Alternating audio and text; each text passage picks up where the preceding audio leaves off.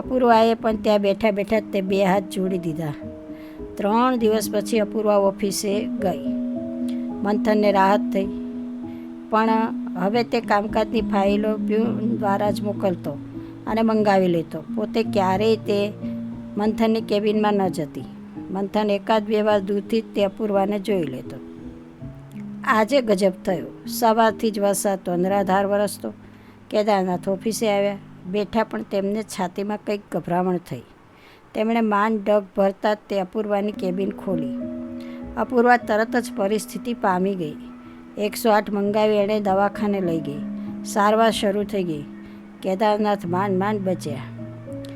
8 દિવસ પછી, બેટા અપૂર્વા, મારા દીકરાના એક ગેરવર્તન બદલ તું માફ કર તો એના જીવનમાં તારા જેવી પુત્રવધૂને હું પસંદ કરું. આમે તે ભલે ન કહે, પણ સાચું તો છે જ. તે તમને પસંદ કરે છે. હવે જ્યારે તમારા પતિનું જ અવસાન થઈ ગયું છે તો બાકી તમારી મરજી.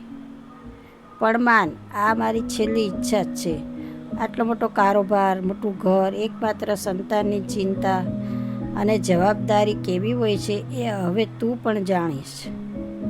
અપૂર્વા ચૂપચાપ બહાર નીકળી ગઈ. 3 મહિના ફરી પસાર થઈ ગયા. સહેલી સોનલને લઈ અને અપૂર્વા કેદારનાથના બંગલે પહોંચી ગઈ. પિતાજી, પહેરેલી સાડી અને બાળક સાથે તમારા દીકરા મને સ્વીકારી શકશે?